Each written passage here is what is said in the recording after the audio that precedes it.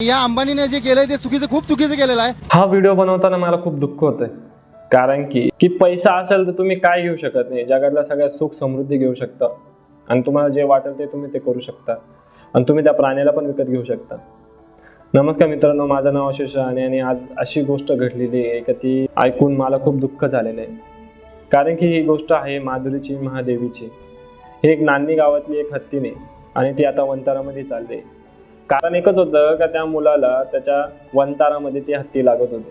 वंतारावाले गेले नान्नी गावात एक हत्तीने महादेवी नावाची, आणि त्याने सांगितलं तुम्हाला जेवढे पैसे लागतात आम्ही तेवढे द्यायला तयार आहे, फक्त तुम्ही त्या हत्तीला आमच्या वंतारामध्ये आणा। नान्नी गावाच्या लोकांनी सांगितलं की हे आम्हाला काही जमणार नाही, आम्ही ही हत्ती तुमच्या वंतारामध्ये देऊ शकत नाही।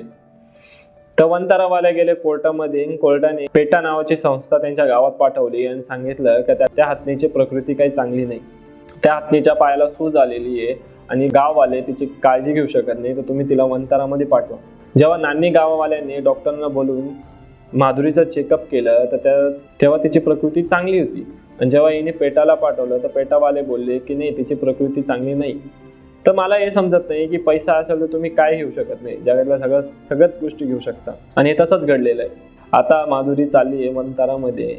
मान्य करू शकते गाववाल्यांची भावना आहे, पण मग तुम्ही माधुरीला पण विचारू शकता की माधुरीच्या डोळ्यामध्ये ते अश्रू ते आपल्याला दिसताय की तिला त्या गावातून जायचं नाहीये। मला माहिती आहे सोशल मीडियामध्ये एवढी पॉवर आहे, आपण माधुरीला परत त्या नान्नी गावात आणू शकतो। तुम्हाला करायचं काय, फक्त ह्या व्हिडिओला जास्तीत जास्त लोकांपर्यंत शेअर करायचंय, किंवा तुम्हाला पण एक व्हिडिओ बनवायचा आहे याच्याबद्दल की माधुरीला आपण परत आणायचंय। आपण त्या माधुरीला आपल्या नान्नी गावात परत आणू शकतो।